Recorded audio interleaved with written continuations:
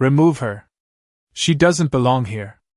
The words cut through the courtroom like a blade, clean and confident, the kind of voice that expected obedience without question, and for a moment, it worked, because every head turned, every whisper died, and all eyes landed on the girl standing quietly near the back row. Ava Johnson didn't move, didn't shrink, even as the polished marble floors reflected the weight of that moment back at her. Her fingers tightened around the worn folder pressed against her chest, the edges soft from years of use, her thumb tracing the corner like it anchored her to something steady, something real. Richard Coleman stood tall at the front, his tailored suit catching the overhead lights, his presence filling the room the way power always does, effortlessly, comfortably, like it belonged there more than anyone else. His lips curled slightly, not quite a smile, more like a dismissal already decided. "Your Honor," he added, his tone smooth but edged with irritation, "we cannot allow random spectators to interrupt formal proceedings." A few quiet chuckles rippled through the room, subtle but sharp, the kind that didn't need to be loud to sting. Ava felt the sound more than she heard it, like pressure against her ribs, but she didn't lower her gaze, didn't step back. Instead, she took one small step forward, just enough for the light from the tall courtroom windows to catch her face, calm, steady, unshaken. "You're hiding Transaction 47B," she said, her voice soft, almost swallowed by the space, but clear enough that it landed, and when it did, something shifted, not loudly, not dramatically, just a pause, a crack in the rhythm. Coleman blinked once, then let out a short laugh, shaking his head like he just heard something absurd. "And what exactly would you know about financial disclosures?" he asked, turning slightly toward the jury as if inviting them into the joke. "Did you pick that up while sweeping floors?" The laughter came easier this time, more confident, more comfortable.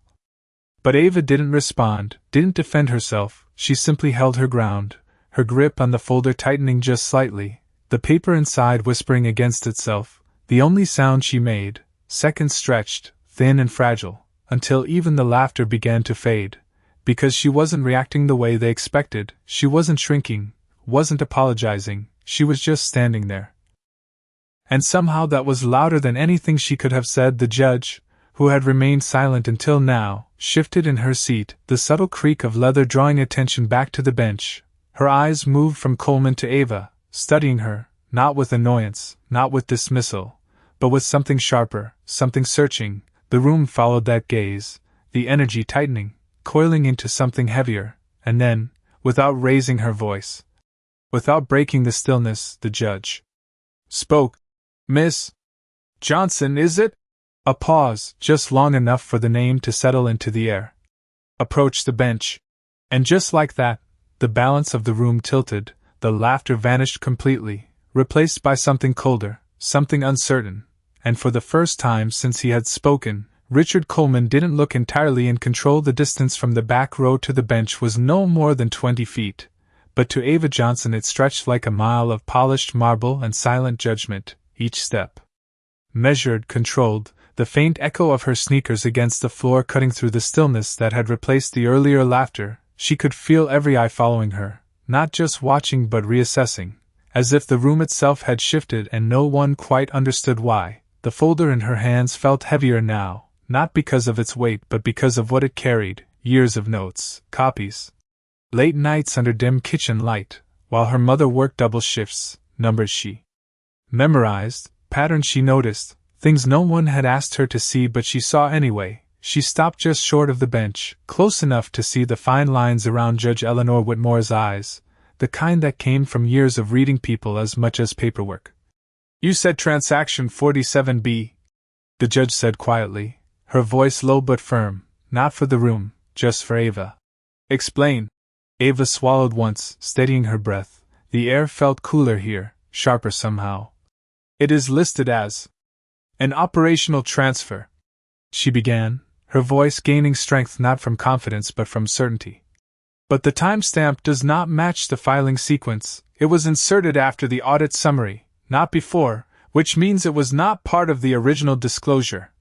The judge's gaze did not waver, but her fingers stilled against the wooden surface of the bench, a subtle shift that did not go unnoticed by the attorneys closest to her, behind Ava, A chair creaked, someone leaning forward, the tension in the room tightening again, this time not with mockery but with focus. Ava continued.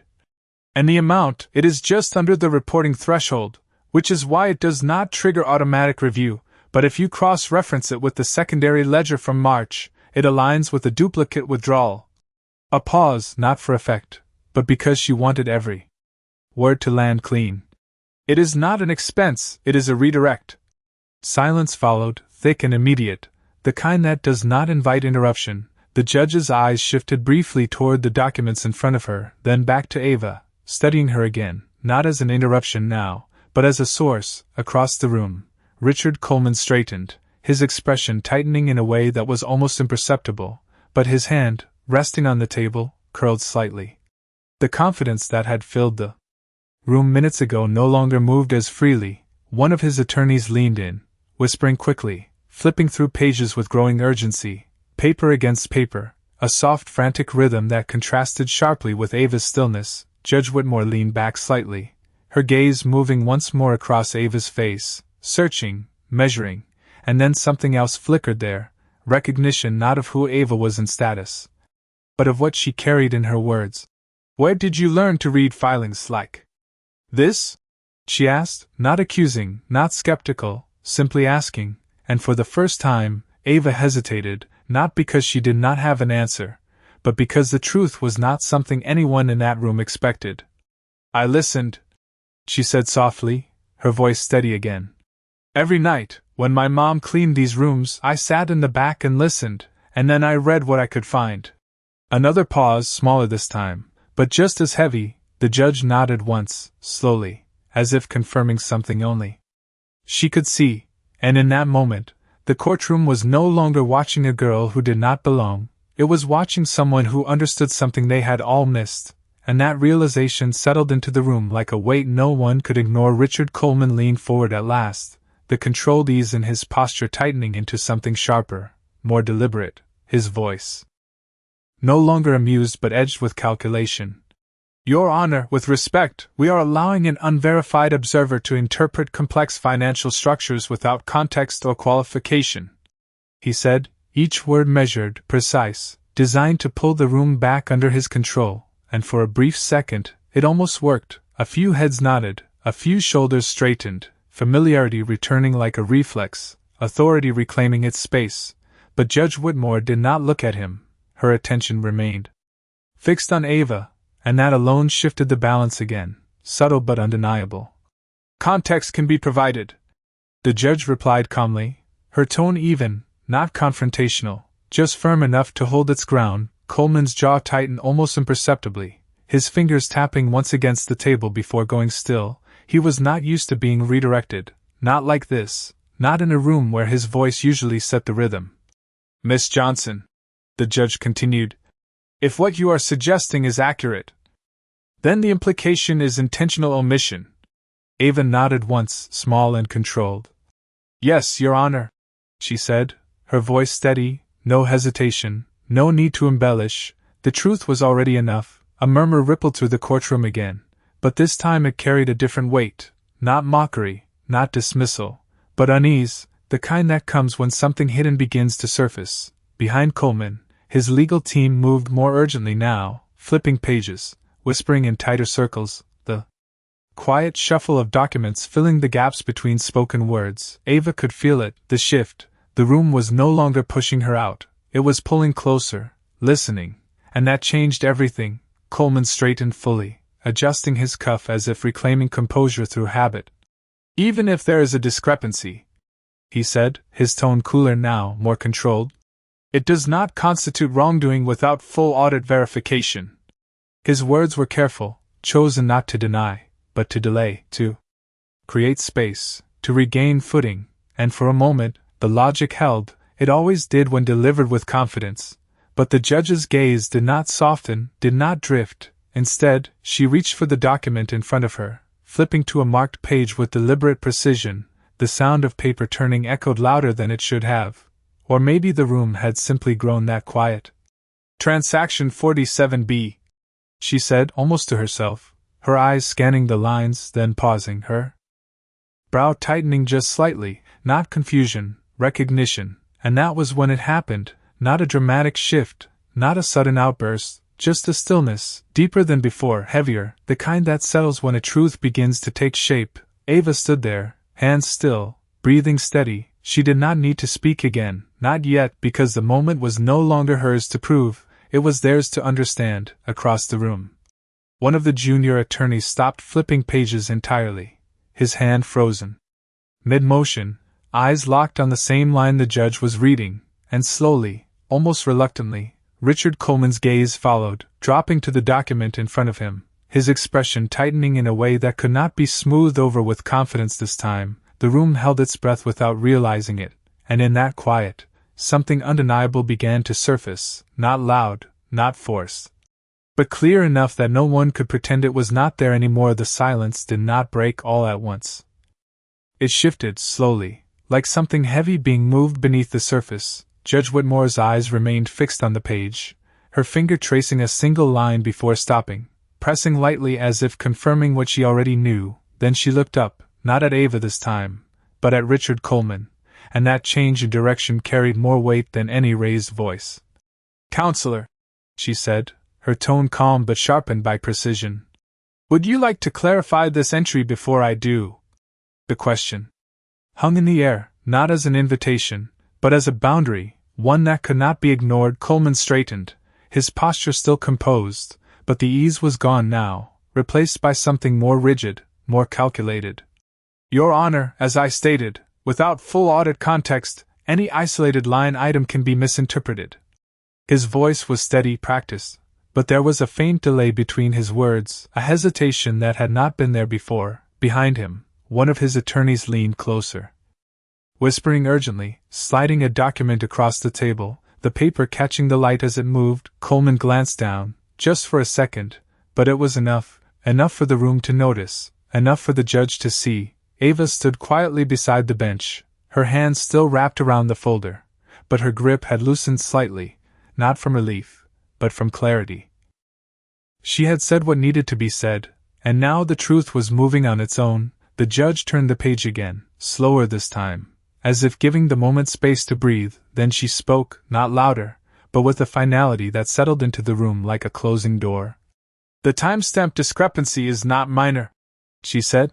"It indicates post-filing alteration." A ripple moved through the courtroom, sharper than before, chairs shifting, breaths catching, the quiet tension now visible. Coleman opened his mouth to respond, but the judge continued before he could. "And the amount falls precisely below the reporting threshold, which suggests intent, not oversight." The words landed clean, without force, but impossible to deflect. Across the room, the earlier confidence had dissolved completely, replaced by something more fragile, more uncertain. Coleman's jaw tightened, his eyes returning to the document in front of him, scanning quickly now, searching not for answers, but for control. But control was slipping, not dramatically, not loudly, just enough that everyone could feel it. The judge leaned back slightly, her gaze shifting once more, this time returning to Ava, but not as a question, not as a test, as acknowledgement. "Miss Johnson," she said, her voice softer now, but no less firm. "Step forward." Ava took a small step closer, the wood of the bench just inches away now, the faint scent of polished oak rising in the still air. She could hear her own breathing, steady, controlled, the same rhythm she had held onto since the moment she stood up. "Place your folder here," the judge instructed, nodding toward the surface in front of her. Ava hesitated for the briefest second, not out of doubt, but out of habit, years of being told to stay back, to not step too close. But then she moved, gently setting the worn folder down, the soft sound of paper meeting wood echoing louder than expected. The judge opened it without hesitation, flipping through the pages with practiced efficiency, her eyes scanning, connecting, confirming, and as she did, the room leaned in, not physically, but in focus, every person present now watching not a disruption, but a revelation unfolding piece by piece. And in that quiet, undeniable shift, the girl who had been told she did not belong was now standing at the center of the one place no one could ignore her any more. The sound of pages turning slowed, then stopped, Judge Whitmore's hand resting flat against the open folder as her eyes lingered on a section near the center, the courtroom seemed to hold itself in place. No shifting chairs now, no whispers, just a stillness that felt almost deliberate, as if no one wanted to interrupt whatever was about to happen next. Ava stood beside the bench, close enough to see the small details others might miss, the faint crease between the judge's brows, the subtle tightening of her jaw, the kind of expression that did not come from confusion, but from confirmation. Across the room, Richard Coleman remained standing, but something in his posture had changed, the confidence that once filled his frame now replaced by a controlled tension, his shoulders slightly higher, his stance less fluid. He adjusted his sleeve again, slower this time, buying himself seconds he did not have. "Your Honor," he began, his voice measured but firmer now, as if trying to reclaim ground through certainty. "If I may request a brief recess to review these materials more thoroughly." The request was strategic, not defensive, a way to pause the momentum, to shift the timing back in his favor. But before the words could fully settle, the judge closed the folder gently, the soft thud echoing louder than expected, and shook her head once, not sharply, not dismissively, just enough to make the answer clear. "That will not be necessary," she said, her tone even, leaving no space for negotiation. A ripple moved through the courtroom again, quieter than before, but heavier, because now it carried understanding, not uncertainty. Ava felt it, the shift pressing against the room like a weight that could not be lifted. The truth was no longer forming, it was visible, and everyone knew it. The judge turned slightly in her seat, her gaze sweeping briefly across the courtroom before returning to Coleman. "You presented these filings as complete and accurate," she continued, her voice steady, deliberate, each word placed with precision. "Yet this document suggests otherwise." Coleman opened his mouth, but no immediate response came. His eyes flicked down once more to the papers in front of him, scanning, searching, but whatever he was looking for was not there, or perhaps it never had been. Behind him, his legal team had gone completely still, no more whispering, no more movement. Just silence, the kind that comes when there is nothing left to add. Ava remained where she was, her hands now resting lightly at her sides, no longer gripping the folder, no longer holding on to anything but the moment itself. She did not look at Coleman, did not need to, the room had already done that for her. The judge leaned forward slightly, her presence drawing the focus back once more. "Miss Johnson identified a discrepancy that should have been disclosed," she said, her eyes steady, "and she did so without access to your resources, your team, or your authority." A pause followed, brief but deliberate, allowing the weight of that contrast to settle. "That matters," she added more quietly, but somehow stronger. The words did not accuse, did not condemn, but they shifted the moral balance of the room in a way that could not be undone. Coleman's expression tightened further, the corners of his mouth pressing into a line that no longer resembled confidence, but restraint, and for the first time since he had spoken earlier, he did not interrupt, did not challenge, he simply stood there, listening, as the room that once followed his lead now watched him in silence. And in that silence, something undeniable settled into place, not just about the case, but about who had truly understood it all along. The courtroom did not erupt, it did not react the way movies might suggest. Instead it sank into something quieter, heavier, like a room realizing it had been wrong all along. Judge Whitmore leaned back slightly, her hand resting on the closed folder, her gaze no longer searching but settled, resolved, the kind of stillness that comes after a decision has already formed. Ava stood beside the bench, not moving, not speaking, her breathing slow and even, as if she had stepped outside the noise of the room entirely.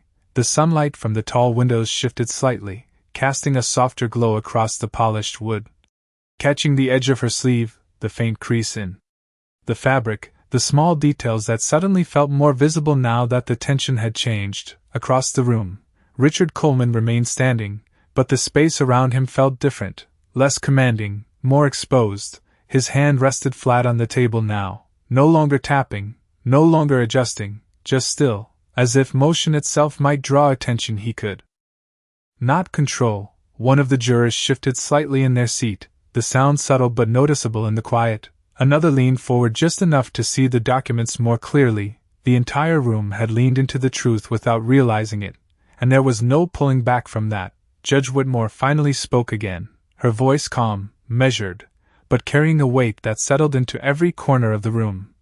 "What we have here is not simply a technical discrepancy," she said, her eyes moving briefly across the courtroom before returning to the front. "It is a matter of accuracy, responsibility, and trust." Each word placed carefully, not raised, not forced, but impossible to ignore. Ava lowered her gaze for a moment, not out of submission, but reflection, the words landing somewhere deeper than the moment itself. She thought of the nights spent quietly reading, the hum of cleaning machines in empty hallways, the way she had learned to listen when no one thought she mattered, and how those moments had brought her here, not by design, but by persistence. The judge's voice continued, softer now, but clearer. "Miss Johnson," she said, "you did not interrupt this court, you clarified it." A small pause followed, not for effect, but because the truth had already been spoken, and it did not need to be repeated. Ava lifted her eyes again, meeting the judge's gaze for just a second, and in that brief exchange, something passed between them, not recognition of status, but recognition of integrity. Across the room, no one laughed now, no one whispered. The earlier dismissal had been replaced by something quieter, something closer to respect. Coleman exhaled slowly, the sound barely audible, but enough to break the stillness around him. His eyes remained on the table in front of him, not avoiding, but reconsidering, recalculating, yet there was no immediate response, no quick recovery. Because this was not a moment that could be redirected with words. It had already moved beyond that. The courtroom remained suspended in that quiet understanding, where nothing dramatic needed to happen, because everything important already had, and in that silence, Ava Johnson stood exactly where she was, no longer at the edge of the room, no longer unseen, but at the center of something that had shifted not just the case, but the way everyone in that room now saw her. The silence did not fade, it deepened, settling into the kind of stillness that forces every person in the room to confront what they had just witnessed. Judge Whitmore adjusted slightly in her seat, her gaze moving from Ava to the counsel tables, then back again, as if aligning the entire room to a new center. "The court will take a brief pause before proceeding," she said, her voice calm but carrying authority that did not need to be raised. "However, before we do, there is something that needs to be addressed." The words held the room in place. No one moved, no one spoke, even the faint rustle of papers had stopped entirely. Ava remained beside the bench, her posture steady, her hands relaxed now at her sides, as if the weight she had carried into the room had been set down without anyone noticing. The judge turned her attention fully toward her, studying her with a focus that was no longer evaluative, but deliberate. "Miss Johnson," she said, her tone softer now, but not less significant. "You mentioned you learned by listening, by reading what you could find." Ava nodded once, a small motion, but enough. "Yes, Your Honor," she replied, her voice quiet but clear. The judge leaned forward slightly, resting her hands on the bench, the light from the windows catching the edge of her sleeve. "Do you understand what you have done here today?" she asked, not as a challenge, but as a question that carried weight beyond the moment. Ava hesitated for the first time, not out of uncertainty, but because the answer was not simple. She glanced briefly toward the courtroom, the rows of seats, the polished wood, the faces that had once dismissed her and now watched her differently, then back to the judge. "I told the truth," she said finally, her voice steady, uncomplicated, the simplicity of it settling into the room more powerfully than anything more elaborate could have. The judge held her gaze for a second longer, then nodded slowly, as if confirming something already understood. Across the room, Richard Coleman shifted, his chair moving slightly as he sat down at last, the motion controlled but unmistakable, a quiet acknowledgement that the ground beneath him had changed. His eyes lifted briefly, meeting Ava's for just a fraction of a second before looking away again, not in anger, not in dismissal, but in something closer to recognition. Behind him, his legal team remained still, their earlier urgency replaced by a silence that carried its own message. The judge straightened, her attention returning to the room as a whole. "This court relies on accuracy," she said, her voice steady, reaching every corner of the space. "Not just from those who stand at the front, but from anyone who chooses to speak with integrity." The statement was not directed at one person, but it landed differently now. Shaped by what had just unfolded, Ava stood quietly, not stepping back, not stepping forward, simply present, the room no longer questioning her place within it, but adjusting to it, and in that quiet shift, something irreversible had taken hold, not loud, not dramatic, but undeniable, like a line that once crossed could never be drawn the same way again. The courtroom did not move when the judge paused. It held itself in that fragile balance where something important had already happened, and no one wanted to disturb it. Judge Whitmore folded her hands lightly on the bench, her eyes steady as they returned once more to Ava. "You may step back, Miss Johnson," she said, her tone calm, respectful in a way that had not been offered before. Ava nodded once, a quiet acknowledgement, and turned, her steps measured as she moved away from the bench, but this time the distance felt different, shorter somehow, lighter, the same 20 feet now carrying a different weight. As she passed the council tables, no one laughed, no one looked away. Instead there were glances, brief but real, the kind that recognized something had changed. Richard Coleman remained seated, his posture composed but no longer commanding. His eyes followed her for a moment, then dropped to the table again, not avoiding, but reflecting, as if recalculating something that could not be solved on paper. Ava returned to the space she had stood before. But it was no longer the edge of the room, it was simply a place, equal to any other. She rested her hands loosely in front of her, her breathing steady, her presence no longer questioned. Behind her, a faint whisper moved through the back row, quickly fading as the judge's voice rose again, not louder, but carrying the authority that now filled the room completely. "Counsel," Judge Whitmore said, her gaze shifting toward Coleman, "this court will proceed with a full review of the submitted financial records before any further argument is accepted."